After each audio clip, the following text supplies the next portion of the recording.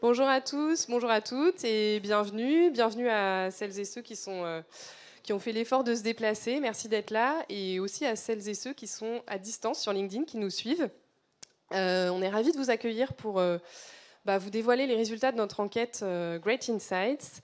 Donc moi, je suis Sarah Ferry, je suis la directrice communication et marketing de Great Place to Work. Écoutez, on est accompagné d'UKG, voilà, qui est une entreprise de gestion du capital humain, qui viendra nous apporter vraiment son éclairage sur le point de vue des DRH, des entreprises.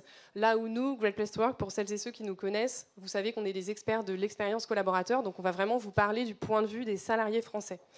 Voilà, donc avant de laisser la parole à nos 4 intervenants, je voulais juste vous préciser que bien sûr toutes les datas de cette enquête vous seront partagées, soit en replay, soit dispo sur notre site. Voilà, donc pas besoin de prendre des notes comme des dingues. Vous aurez ça bien sûr à la fin de l'événement.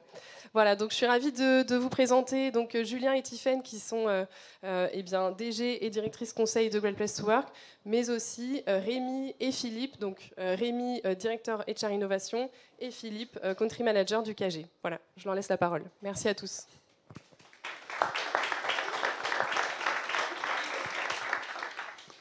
Merci Sarah. Alors comme on vous l'a dit, l'enjeu aujourd'hui, c'est de vous présenter des résultats d'un sondage qu'on a fait auprès de 4000 salariés français. Des salariés français qui ne sont pas nos clients de Great Place to Work. C'est des salariés qu'on a pris au hasard et qui représentent, qui sont parfaitement représentatifs du corps social des salariés français. 4000, c'est énorme. Juste ayez en tête que quand on fait un sondage politique, l'échantillon, il est entre 800 et 1000. Nous, pour être parfaitement robuste et statistiquement fiable, on en interroge 4000. 4 fois plus que ce qu'il faudrait. Pour une raison très simple, c'est qu'on veut des résultats qui soient ultra costauds. OK ? Et c'est des résultats extrêmement récents, puisqu'on les a interrogés au mois de décembre et au mois de janvier. On est au mois de février, on ne peut pas faire plus frais comme data. On aime bien parler de fresh data. Donc là, c'est de la donnée très fraîche. Absolument, très fraîche. Et donc, bien sûr, pour ceux qui nous connaissent chez Great Place to Work, vous savez que la confiance, c'est vraiment notre concept phare qu'on peut retrouver dans nos enquêtes, mais pas que. Et c'est vrai que c'était important pour nous de se le rappeler aujourd'hui, qu'on va aussi et encore parler de confiance, notamment parce que l'entreprise vit des transformations endogène, exogène très très importante. Et donc, cette confiance entre les parties prenantes d'une organisation est indispensable pour faire face à tous ces sujets. Bonjour. Alors, côté entreprise, on va tout de suite poser le décor. Au niveau de la confiance, comme vous le voyez, il n'y a plus que vous, les professionnels, les managers, les dirigeants d'entreprise. Tout est entre vos mains aujourd'hui. Au même titre que l'éducation joue un rôle au niveau de nos enfants, l'entreprise aujourd'hui a une vraie responsabilité au niveau des employés. L'entreprise, elle doit être éthique, elle doit être sociétale, elle doit être inclusive, elle doit faire part de diversité. Donc voilà le décor dans lequel aujourd'hui on se positionne pour vous, les acteurs de l'entreprise. Alors du coup, ce dont on va vous parler aujourd'hui, c'est vous faire un peu donc un résumé des Great Insights donc de cette enquête dont Julien parlait à l'instant. Et un peu avant d'aller dans le détail, et on a beaucoup d'informations, donc j'espère que ce sera intéressant pour tout le monde. On voulait vous parler un peu de 3 tendances, donc ça qui sont 3 tendances RH qu'on identifie nous chez UKG. On aime bien faire cet exercice tous les ans, d'identifier un peu des grandes tendances qui impactent un peu toutes les organisations, quelle que soit leur taille, quelle que soit leur industrie. Alors, ça ne veut pas forcément dire que c'est des tendances uniquement pour 2024. On est sur des sujets qui ont des répercussions sur plusieurs années, mais c'est des sujets un peu clés à avoir en tête pour les RH aujourd'hui. Donc, on va aller un peu dans le détail de chacun des 3 sujets. Donc, une nouvelle définition de la relation employeur-collaborateur, un besoin de remettre la priorité sur le développement des talents, et puis peut-être sur les questions de RSE, on est peut-être à un moment de bilan se poser la question un peu de où on en est. On va aller un peu dans le détail, on verra qu'on a des great insights justement sur chacun de ces sujets. Mais peut-être un peu sur la première grande tendance, en fait, il y a quelque chose qu'on entend beaucoup dans les entreprises, de la part d'entreprises avec qui on travaille aujourd'hui, qui est assez commun, c'est qu'il y a énormément de facteurs, tu parlais de facteurs exogènes, effectivement, Tiffany, qui sont les impacts encore de la pandémie, qui a beaucoup changé la façon dont on travaille, un ralentissement économique, on voit les chiffres du chômage qui restent encore très, très élevés, des crises politiques environnementales qui ont un impact sur énormément d'entreprises, mais aussi beaucoup d'impact en interne. On voit un niveau de désengagement quand même qui reste assez fort dans beaucoup d'entreprises. C'est la première fois aussi qu'on a 4 générations en même temps dans l'organisation.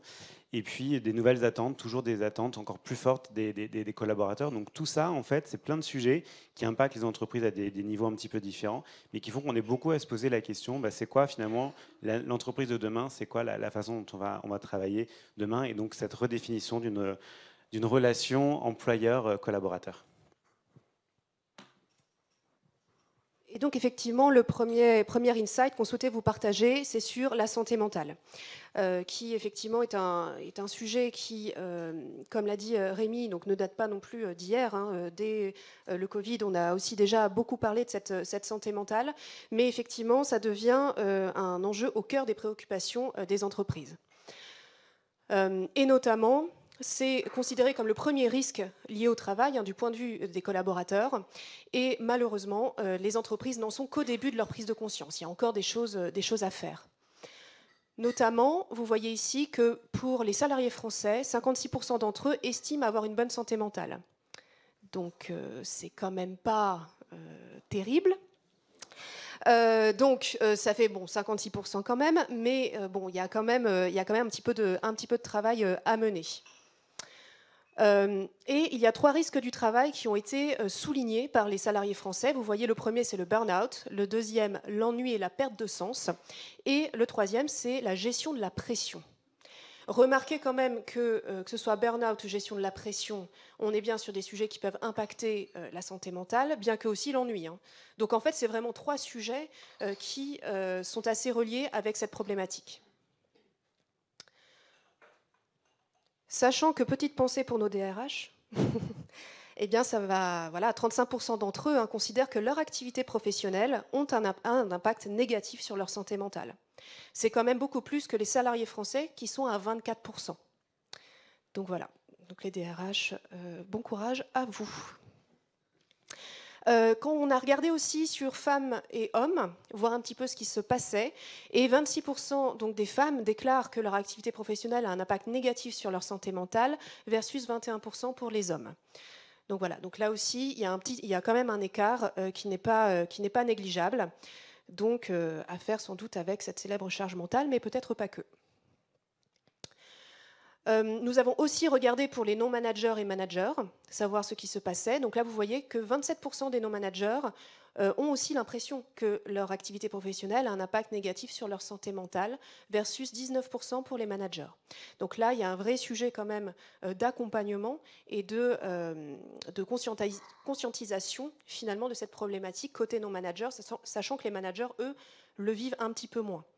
À noter quand même que les managers sont souvent ceux aussi qui ont quelques avantages supplémentaires, notamment de flexibilité, on va y revenir, etc., qui permettent aussi de prendre parfois un petit peu plus de distance par rapport à la charge, par rapport à la transformation qui peut se faire dans l'entreprise. Et puis une meilleure compréhension aussi parfois.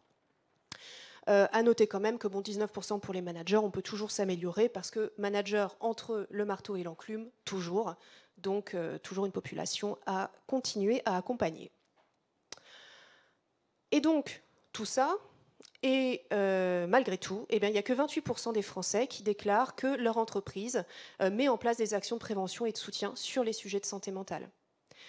Donc là, c'est ce que je vous disais, il y a quand même un constat qui est assez clair sur cette problématique qui devient vraiment centrale. Et pour l'instant, ça reste timide au niveau des initiatives prises. Alors, est-ce que c'est parce qu'il n'y a pas d'initiative, ou est-ce que c'est, encore une fois, une absence de communication, de marketing autour des choses qui existent déjà? C'est tout à fait possible, mais l'idée, c'est d'y remédier.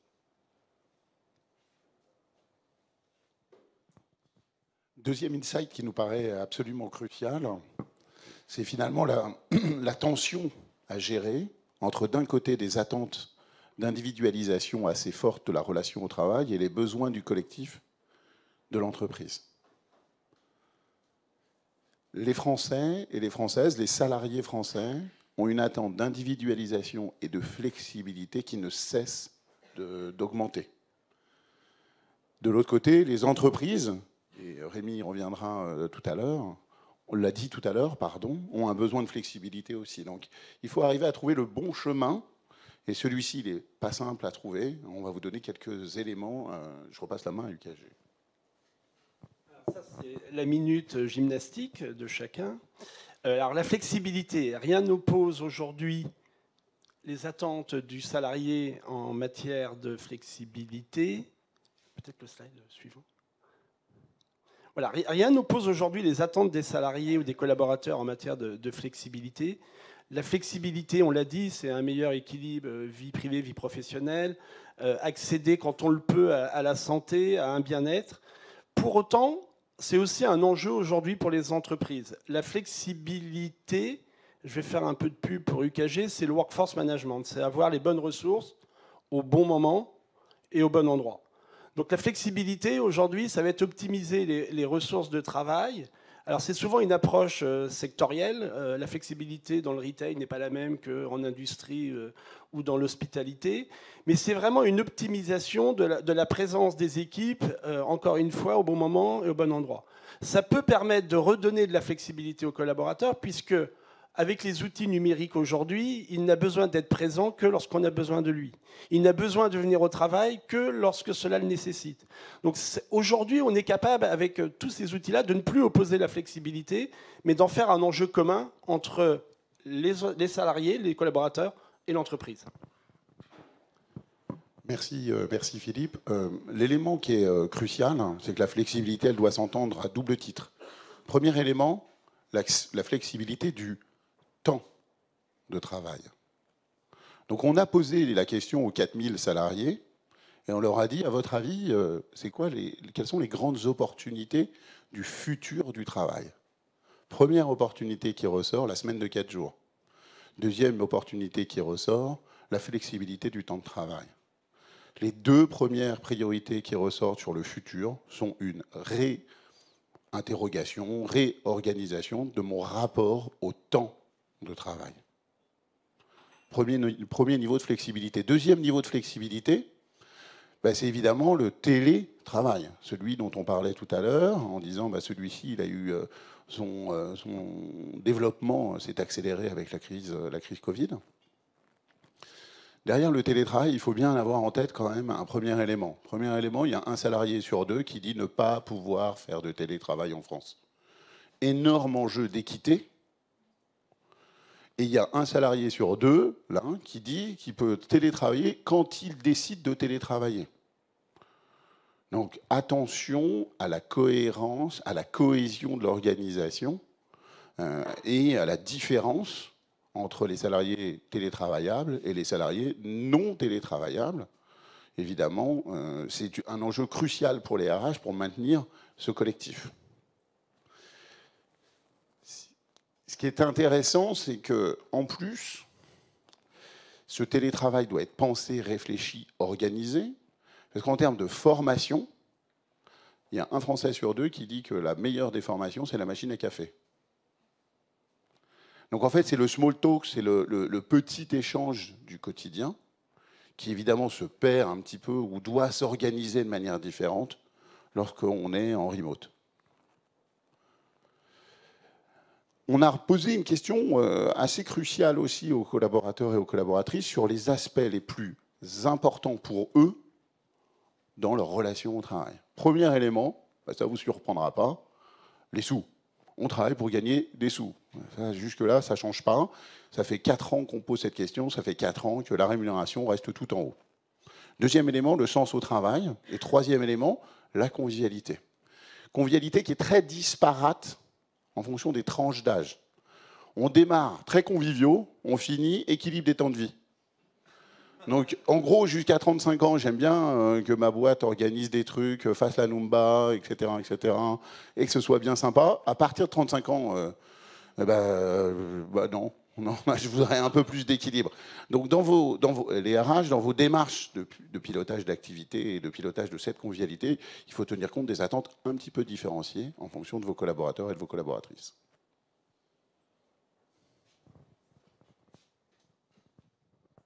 Alors, au milieu de tout ça, comment les RH vont prendre en main cet enjeu? Il y a un enjeu il revient tout le temps, il n'est pas nouveau, c'est redonner la priorité au développement des talents. Alors pourquoi redonner la priorité au développement des talents? On le sait tous, il vaut mieux aujourd'hui faire évoluer un collaborateur que de le perdre et d'en recruter un nouveau. Aujourd'hui, il vaut mieux faire évoluer ses collaborateurs par rapport aux attentes des métiers de demain que, encore une fois, perdre des collaborateurs et en recruter des nouveaux. L'entreprise, elle va avoir 3 enjeux à ce niveau-là dans le développement des talents. Il y a un enjeu qui va être auprès de la population des millennials, qui aujourd'hui sont un petit 25-30% de l'entreprise. D'ici moins de 10 ans, à partir de 2030, 3/4 des collaborateurs d'une entreprise seront des millennials. Ça veut dire que ce sont une population qui sont impatients, ils sont connectés, ils ont besoin de sens, ils veulent de l'autonomie et ils veulent de la responsabilité. Donc tout ceci va mettre à mal le rôle du manager, qui lui-même va devoir évoluer avec les outils et les tendances de l'entreprise aujourd'hui. Et puis à cela s'ajoute qu'on a retardé, on a repoussé l'âge de départ à la retraite. Donc il va falloir maintenant, en même temps, construire des plans seniors dans les entreprises. Voilà les enjeux en matière de RH pour l'évolution des 3 catégories de collaborateurs qui seront les millennials, les seniors et les managers au milieu de tout ça. Et effectivement, donc on parlait de continuer à faire évoluer ces talents. Et naturellement, vous le savez, les Français vieillissent. Bon, ça c'est un état de fait et ça a des conséquences sur l'organisation, sur la typologie de collaborateurs que l'on peut avoir chez soi. Sachant qu'il y a un vrai enjeu de déconstruction en fait, des stéréotypes liés à l'âge, notamment effectivement en étant plus sur de l'âge, disons, de la seniorité plutôt que de la jeunesse. L'idée, c'est de déconstruire ces stéréotypes, mais aussi donner toute leur place finalement aux seniors dans les organisations et de ne pas considérer qu'ils n'ont plus rien à apporter donc à l'entreprise. Et il y a encore un peu de travail. Par exemple, là, il n'y a que 55% des salariés français qui s'estiment traités équitablement, quel que soit leur âge. Donc il y a quand même un peu de travail, hein, que ce soit, alors là pour le coup, que ce soit les plus jeunes ou les plus anciens. 40% des Français déclarent aussi être satisfaits de l'accompagnement des seniors dans leur entreprise. Donc là aussi, il y a une vraie réflexion. Est-ce que c'est parce qu'ils en ont bien conscience de tout ce qui est proposé ou est-ce qu'effectivement c'est un angle mort? Et en particulier, alors ça nous a fait un petit peu, pas grincer les dents, mais un peu quand même, 40% des Français ont bénéficié d'un retour de leur manager pour les aider à progresser en 2023. Donc déjà, 40% pour les salariés français, quand même pas terrible comme chiffre. Mais pour les plus de 55 ans, on descend à 25%. Donc là, c'est comme si on avait un peu lâché la barre sur cette population, alors que clairement, c'est une population qui a sans doute des choses encore à donner à l'entreprise, et surtout une population qui va quitter progressivement le monde professionnel, mais qu'il faut redonner dans une bonne condition à la société. Parce que je tiens à le préciser quand même que toutes les activités de bénévolat qui font que cette société fonctionne au-delà de l'économie telle qu'on la connaît dans les entreprises, c'est en majorité des bénévoles seniors. Donc il faut les rendre en bon état. Donc ça, c'était pour le vieillissement de la population. Bon, et puis on est en 2024, donc on n'allait pas ne pas parler d'intelligence artificielle, évidemment, puisque tout le monde en parle, ça fait quand même 20 minutes qu'on n'en parle pas, mais c'est un sujet important. Évidemment, c'est un sujet qui impacte ou qui va impacter toutes les organisations. Il y a plusieurs éléments derrière l'intelligence artificielle. Le premier, il y a une peur peut-être qui existe chez beaucoup de personnes sur l'impact que l'intelligence artificielle et que toute cette nouvelle technologie, notamment la générative AI, vont avoir sur l'emploi. Donc voilà, il y a des chiffres qui peuvent être un petit peu toujours à prendre avec des pincettes, mais par exemple, ça c'est une estimation de l'OCDE qui disent que 60% des salariés ont peur quand même de l'avenir de leur travail, qui ont peur de perdre leur emploi à cause de l'intelligence artificielle. Personne aujourd'hui n'est capable de prévoir vraiment ce qui va se passer, mais on est tous, je pense, en mesure de voir qu'il va y avoir des impacts très importants.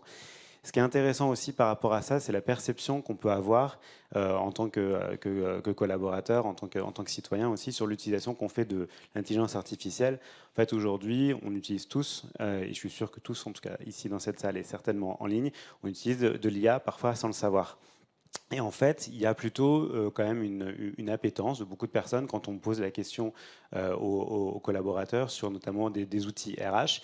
Ils nous disent, mais oui, j'aimerais bien que ce soit aussi facile à utiliser que d'utiliser Google Maps, que d'utiliser Siri. Bon, Siri, ça marche une fois sur deux, mais d'utiliser Alexa, on va dire, ou d'utiliser voilà, tous les différents ChatGPT, tous ces nouveaux outils qu'on a, qui sont peut-être encore un peu plus des jeux pour beaucoup, mais qui vont en tout cas beaucoup impacter. Et donc, il y a un écart peut-être entre l'utilisation, parfois se rendre compte qu'en fait, on l'utilise déjà, un écart par rapport à cette utilisation, cette connaissance et ce qu'il y a dans l'entreprise. Parfois, les collaborateurs nous disent dans l'entreprise aujourd'hui, on n'a pas de stratégie sur l'intelligence artificielle, ou ils ont peur de la façon dont on va l'utiliser, encore une fois, l'impact sur leur travail. Et donc, il y a un vrai sujet, en fait, d'être transparent, de redonner de la confiance. On parlait de confiance énormément au début, en tant qu'employeur, sur ce qu'on va faire, quelle est notre stratégie IA, en fait, auprès des collaborateurs. Alors pourquoi ? Pour une raison hyper simple. Et vous le voyez, il y a un Français sur 5 qui pense comprendre ce qui se passe avec l'IA et l'impact que ça va avoir sur son job. 1 sur 5. Ça veut dire quoi ? Ça veut dire que là, on a devant nous une peur colossale, parce que comme je ne connais pas, comme je ne comprends pas, et comme on ne m'explique pas, j'ai peur. Et donc le rôle, évidemment, et on le verra juste après, des ressources humaines va être crucial pour venir accompagner cette transformation, faire monter en compétence sur ce sujet-là, définir les responsabilités, qui porte la responsabilité de la décision, si c'est l'IA qui prend la décision, une petite question. Donc aujourd'hui, il y a une nécessité d'onboarder les collaborateurs et les collaboratrices sur quels sont les enjeux et quels seront les impacts de l'IA pour votre job. Et on pourrait se dire c'est un fait générationnel. Maintenant, on a regardé les plus jeunes, les moins de 35 ans, donc normalement ceux qui sont les plus immédiatement en assimilation des technologies. Et vous voyez que le chiffre, il n'est pas non plus stratosphérique. On passe de 1 sur 5 à 1 sur 4 qui comprend ou qui dit comprendre. Donc, enjeu crucial pour les ressources humaines et pour le... si Tiffany, tu peux passer sur les petits slides, merci.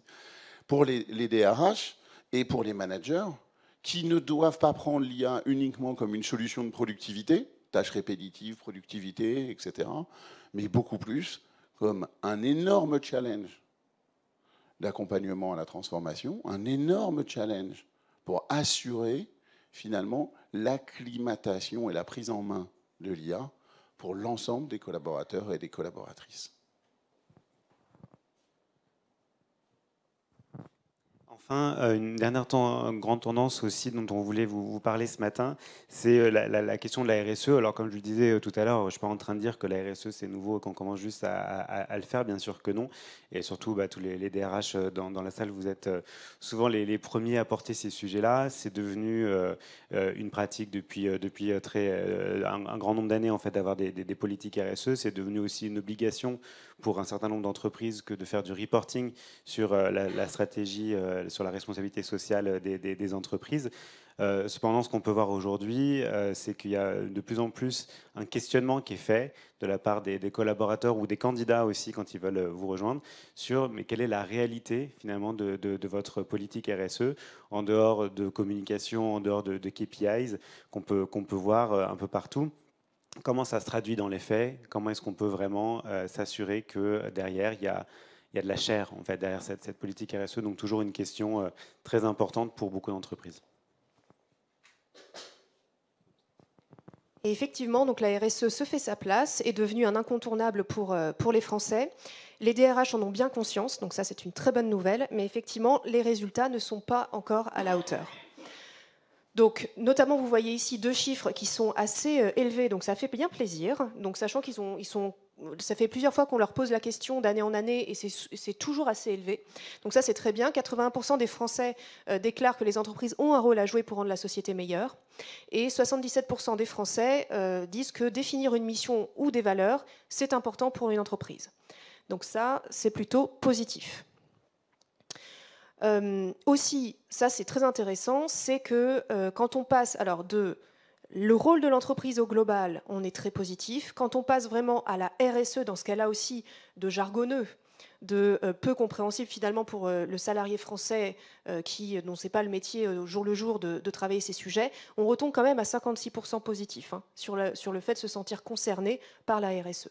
On note quand même le 70% pour les DRH, donc ça on est très content, parce qu'on se souvient quand même du temps où la RSE c'était géré par un directeur RSE perdu à l'autre bout du couloir qui ne parlait jamais au DRH et c'est à peine s'ils se rencontraient en comité de direction quand les deux avaient une place. Donc effectivement ça bouge quand même et ça c'est une bonne chose. Mais effectivement, il n'y a que 49% des Français qui considèrent que l'engagement RSE de leur entreprise spécifiquement est suffisant. Donc là, il y a un vrai sujet, que ce soit, encore une fois, de pédagogie sur ce que ça veut dire, que ce soit aussi de communication sur ce qui est fait, et surtout d'association des collaborateurs dans les politiques qui sont mises en place. Alors, ne serait-ce que de mécénat de compétences, mais pas que. Enfin, là, on peut être un peu plus inventif. Alors, dernier insight qui nous paraît absolument crucial, on l'a vu, les organisations sont soumises à un flot de contraintes qui est relativement fort. Et parmi le flot de contraintes relativement fort qui a été traversé cette année, il y a un léger sujet qui s'appelle l'inflation, qui ne vous aura pas échappé. Et donc nous, on s'attendait à voir la perception quant aux éléments de rémunération chuter drastiquement. Pardon, Tiffany, je suis allé un petit peu plus vite. Et en fait, non. On pose une question aux collaborateurs et aux collaboratrices pour savoir s'ils se sentent rémunérés à leur juste valeur. On a posé la question en 2019, on a posé la question cette année, exactement les mêmes résultats. Alors, comment on peut l'interpréter? Effectivement, Great Place to Work, là, dans les Great Insights, ce qu'on fait, c'est qu'on interroge les salariés, les gens qui sont en poste. Ça veut dire quoi? Ça veut dire que globalement, les boîtes ont certainement réagi correctement, ou au mieux qu'elles pouvaient, en tous les cas, elles l'ont fait, pour essayer de protéger le pouvoir d'achat de leurs collaborateurs et de leurs collaboratrices. La question se pose plutôt pour ceux qui ne sont pas les salariés, ceux qui n'ont pas de job, et qui, effectivement, dans ce cas-là, on se retrouve beaucoup plus en difficulté face à l'inflation. On a une deuxième question sur cette thématique du partage des bénéfices. Et là aussi, en 5 ans, pas d'évolution. Donc la perception des collaborateurs et des collaboratrices quant au partage global de la valeur, un peu le mot qu'on utilise en ce moment, est finalement extrêmement stable. Ça nous a surpris. Vraiment, on s'attendait à ce que ça chute sérieusement. Deuxième élément sur lequel on pensait que ça chuterait, dans un contexte économique un peu plus troublé, c'est évidemment le licenciement, la peur du licenciement. Et vous voyez que là, même, la perception entre 23 et 24 a progressé. Et donc, là aussi, néanmoins, quand on est allé chercher un peu plus dans la data pour voir où est-ce qu'il y avait des différences, on se rend compte de quoi? On se rend compte que les plus jeunes et les personnes qui occupent des postes moins qualifiés, ouvriers, employés, eux ont une perception de risque beaucoup plus importante. D'où l'importance, évidemment, de favoriser et de faciliter l'entrée des personnes moins diplômées sur le marché de l'emploi pour les sécuriser. Dernier élément qu'on voulait repartager avec vous sur cette transformation du business model attendu des entreprises. Je reviendrai et je rebouclerai sur ce que disait Tiffany sur la partie RSE. Aujourd'hui, l'enjeu d'engagement des collaborateurs derrière la politique RSE ne se fera et ne sera possible que si cet engagement des entreprises est sincère. Engagement qui est perçu aujourd'hui comme peu ou pas assez sincère par les collaborateurs et les collaboratrices, qui n'est absolument que trop peu relayé par le management. Donc la notion de sincérité à évaluer des collaborateurs et des collaboratrices, cette perception que les collaborateurs et les collaboratrices ont que l'entreprise cherche sincèrement à devenir plus responsable, sera le facteur clé, nous pensons-nous, hein, du futur de l'engagement des collaborateurs. Les collaborateurs ont besoin qu'on prenne soin d'eux et les collaborateurs auront besoin que l'entreprise, sincèrement, prenne soin de la planète.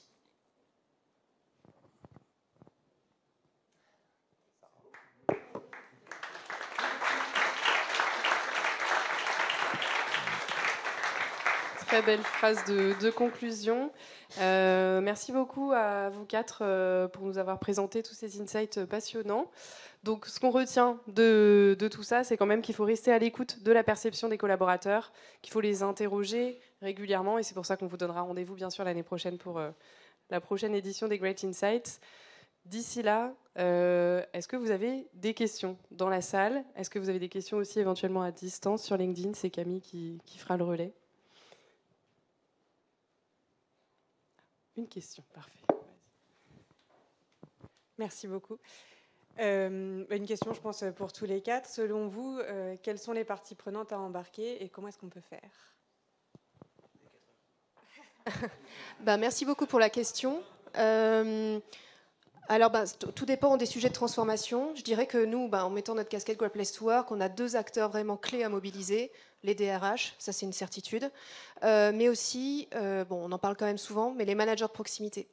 Parce qu'en fait, sur la plupart de nos items là, dont on a parlé, le DRH va être là pour gagner en pédagogie, être plutôt sur la stratégie, sur les programmes, les pratiques un peu plus largement, mais finalement, qui c'est qui va vraiment s'assurer de l'ancrage des transformations des pratiques au quotidien? C'est pas le DRH d'une entreprise de 100, 200, 300, 1000, 2000 personnes qui va aller regarder ce que fait le collaborateur. Donc il faut vraiment que le manager de proximité soit vraiment embarqué, et il a un vrai challenge parce qu'il doit se transformer lui-même en même temps qu'il aide ses collaborateurs à changer. Donc bon courage à eux. Je dirais pas mieux parce que j'allais faire la même réponse. Alors pourquoi les DRH? Parce que tel qu'on vient de le poser, à partir du moment où on parle de confiance, de flexibilité, à partir du moment où on parle de développement des collaborateurs, ça passe forcément par les RH. Après, moi j'aime bien ta deuxième réponse, et je l'aurais peut-être mis en premier, c'est les managers. Tout passe par le manager. Le rôle du manager va évoluer, parce qu'on a dit que les attentes des collaborateurs évoluent, l'environnement de travail a évolué, les outils évoluent, donc le rôle du manager, il évolue. Mais il est essentiel, c'est la courroie de transmission de l'entreprise. Entre la définition d'une stratégie et l'exécution de la stratégie, il y a les managers. Donc dans le management, je vais mettre les directeurs, les managers de proximité. C'est essentiel de reconsidérer le manager et de lui redonner un sens et une place dans l'entreprise, parce que lui-même, son métier, il évolue. Donc il faudrait d'abord, moi je pense, commencer par faire évoluer le rôle du manager pour que ce soit la bonne courroie de transmission. Juste un petit insight, vous savez que Great Place to Work, on certifie des organisations, et quand on compare les résultats des entreprises certifiées avec les salariés français, qu'est-ce qu'on constate? On constate que finalement les Great Place to Work se distinguent par l'investissement dans le manager de proximité. Ça veut dire que le premier facteur qui va permettre de nourrir la qualité de l'expérience collaborateur, c'est une confiance donnée et structurée par le manager de proximité. On parlait tout à l'heure de flexibilité. Cette flexibilité, elle n'est pas gérable à distance. Pour assurer cohérence, équité au niveau local, au niveau du plus près, cette micro-adaptabilité, elle ne peut être portée et incarnée que par le manager intermédiaire, le manager de proximité. Donc notre idée n'est pas de dire voilà, tout doit reposer sur lui, parce que, ou elle, il faut lui laisser un peu d'espace, un peu de zone de respiration, mais en tous les cas, responsabiliser, autonomiser, donner du droit à l'erreur seront les vecteurs clés qui permettront au management de faire son action et de donner du feedback. Or, on l'a vu tout à l'heure, Tiffaine l'a montré, hein, énorme enjeu d'avoir un collaborateur sur 4, non, je ne sais plus, c'était 40% de mémoire, qui n'a jamais de feedback dans l'année. Enfin, prenez la salle, là, on la divise en deux, et la moitié d'entre nous qui n'a jamais eu un feedback dans l'année. C'est épouvantable. Comment progresse-t-on dans ce contexte-là? Est-ce qu'il y a d'autres questions?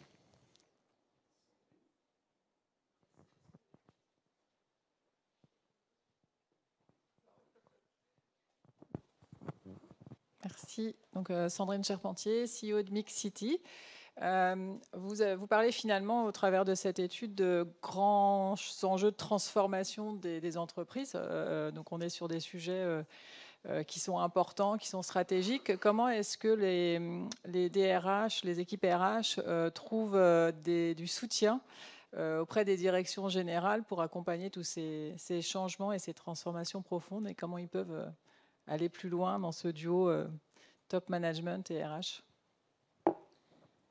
Effectivement, sur ce type de transformation, un DRH seul qui se bat à la Don Quichotte sans son directeur ou sa directrice générale, ça peut être un petit peu compliqué. Donc le duo est vraiment indispensable. Je dirais que même qu'il y a un trio, c'est DG, DRH, DAF.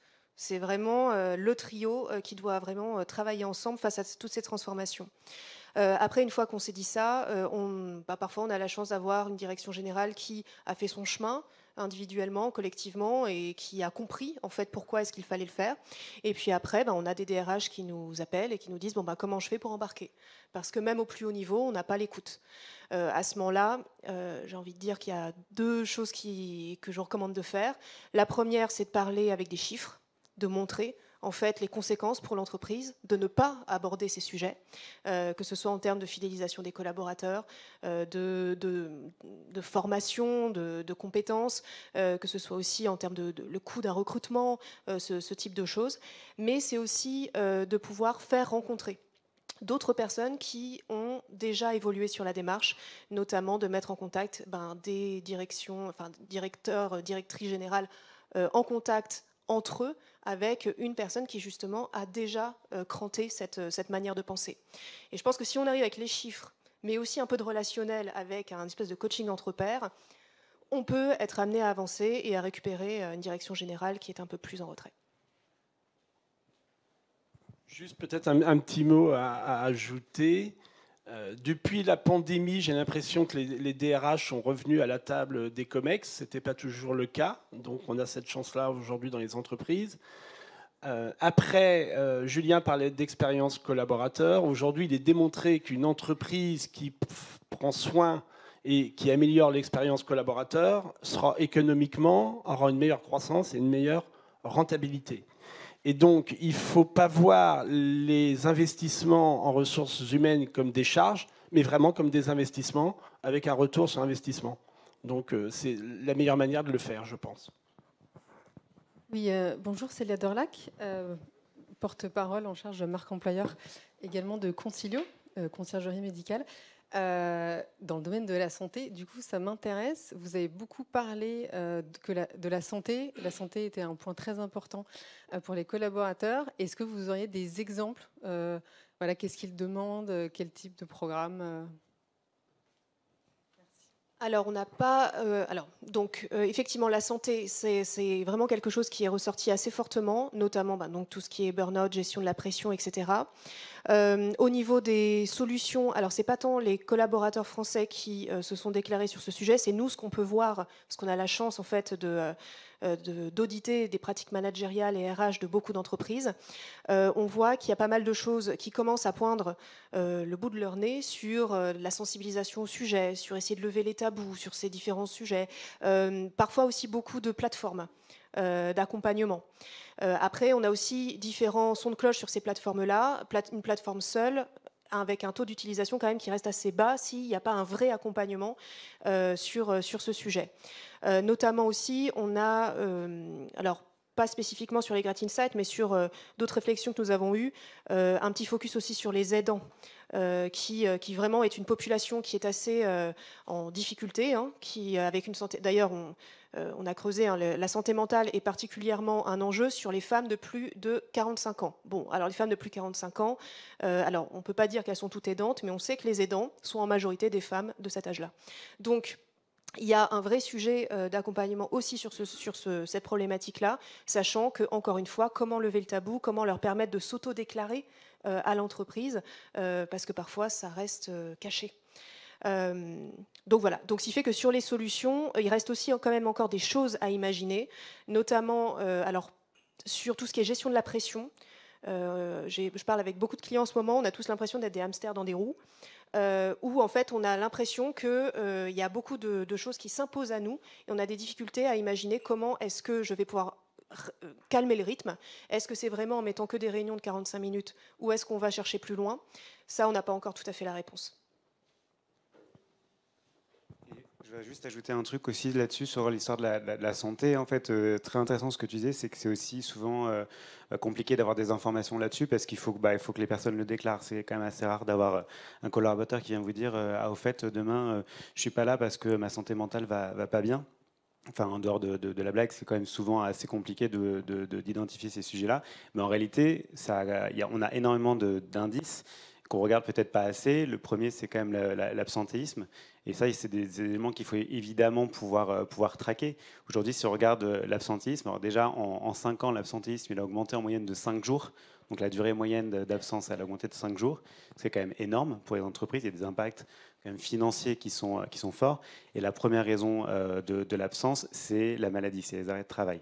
Donc de toute façon, il y a aussi besoin pour beaucoup d'entreprises de faire aussi cet audit-là, de regarder ces chiffres, de les traquer et au plus près aussi, de donner ces informations-là aux managers sur le terrain.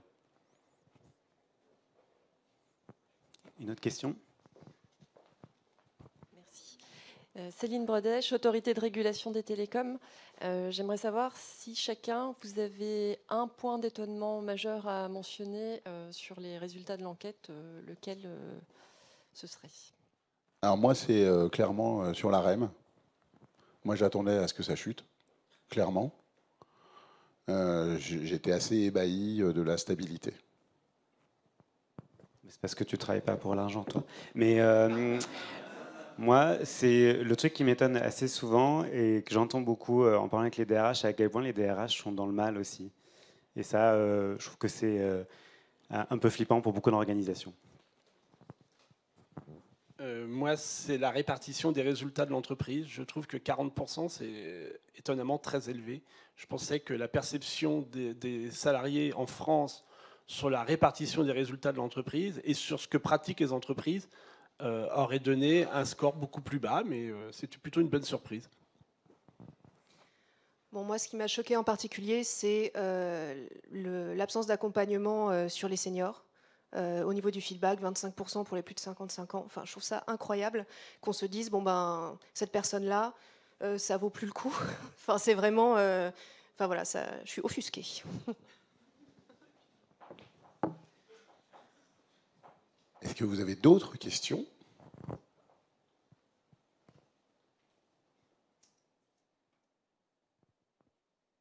Sarah, un petit mot de conclusion ? Ah, il y avait une dernière question, pardon. J'ai une question concernant l'équilibre des temps de vie, la flexibilité des temps de vie. Bon, principalement, on peut s'imaginer que ça s'applique au cadre. Est-ce que pour les ouvriers, on peut aussi mettre en place une flexibilité des temps de vie? A priori, on pourrait se dire que c'est plus difficile. Ben, alors effectivement, donc flexibilité, c'est très intéressant de travailler aussi sur cette équité face à cet enjeu de flexibilité. C'est pour ça d'ailleurs qu'on a assez rapidement, donc on parlait beaucoup de flexibilité du lieu de travail. Bon, ben, clairement, il n'y a que la moitié des gens qui peuvent télétravailler au max, donc voilà. Mais sur le temps de travail, ça peut être effectivement assez intéressant. Et ça peut être travaillé sur des populations qui sont quand même pas forcément des populations de bureau. Hein. J'ai en tête LDLC qui est quand même le pionnier sur la semaine de 4 jours. C'est du retail, hein. C'est des personnes en boutique avec, pour les clients, il n'y a aucune différence. C'est ouvert comme si c'était semaine de 5 jours. Et ça peut être aussi sur des secteurs un peu différents.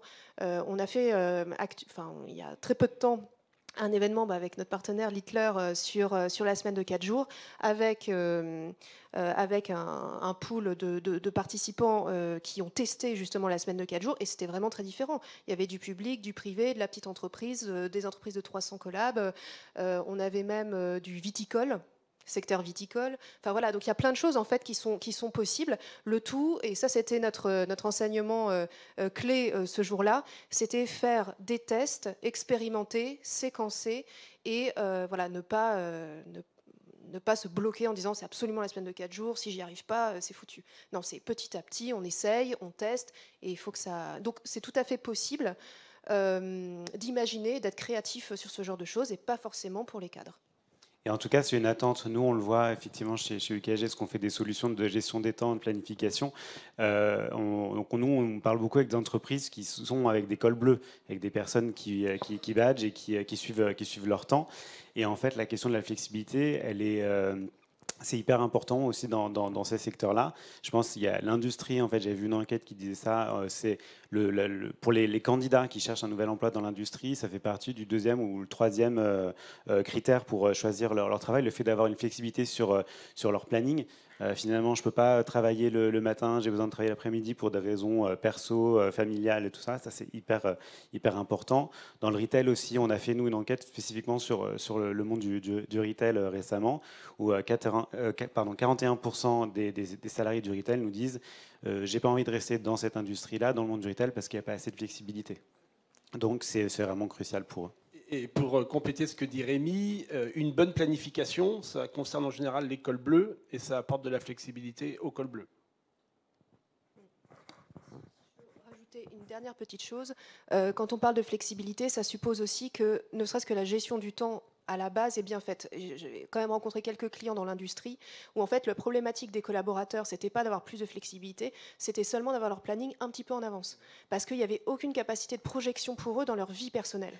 Et en plus, quand on travaille le week-end, etc., et puis sur des horaires particuliers, en fait, on peut même pas faire une activité sportive, culturelle. On sait même pas si on va être là. Il y a des solutions de garde pour les enfants. Enfin, ça en fait, et ce qui fait que on vit au jour le jour. Et parfois, il y avait même des entreprises où le planning changeait dans la soirée et on découvrait le matin si on devait y aller ou pas. Et ça provoque une angoisse, je pense, voilà, qui est quand même importante. Au-delà même de penser à une flexibilité, semaine de 4 jours, etc.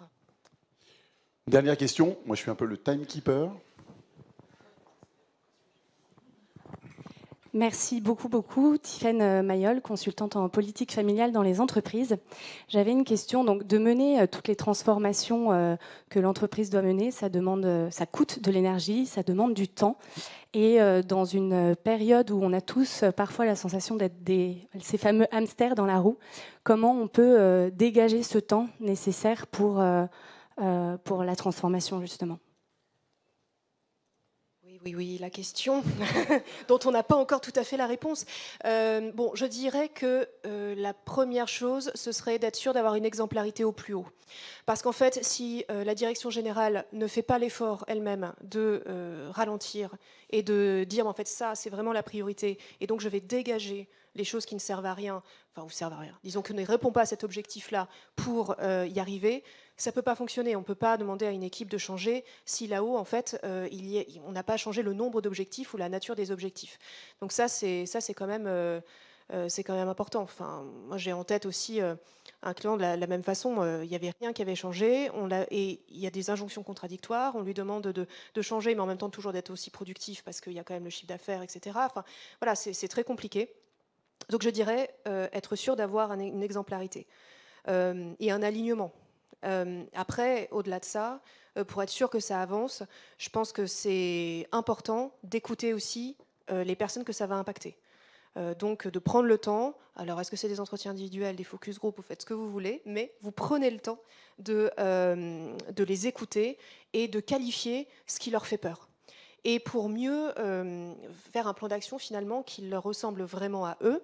Et aussi, au-delà du fait de mieux comprendre leurs besoins, ça fait partie de l'accompagnement au changement, d'associer toujours.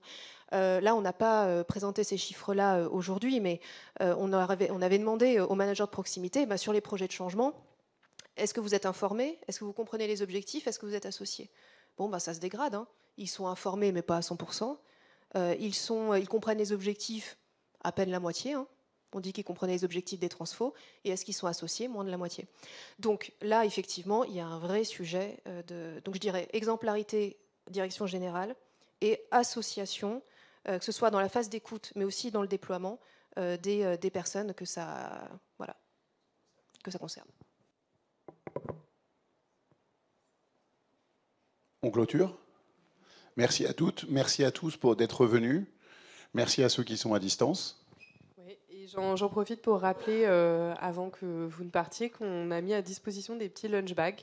Donc n'hésitez pas à vous servir avant de partir, ou si vous souhaitez continuer les échanges, on peut aussi tout à fait rester ici et vous pouvez bien sûr venir poser des questions à nos intervenants. Merci à tous. Merci.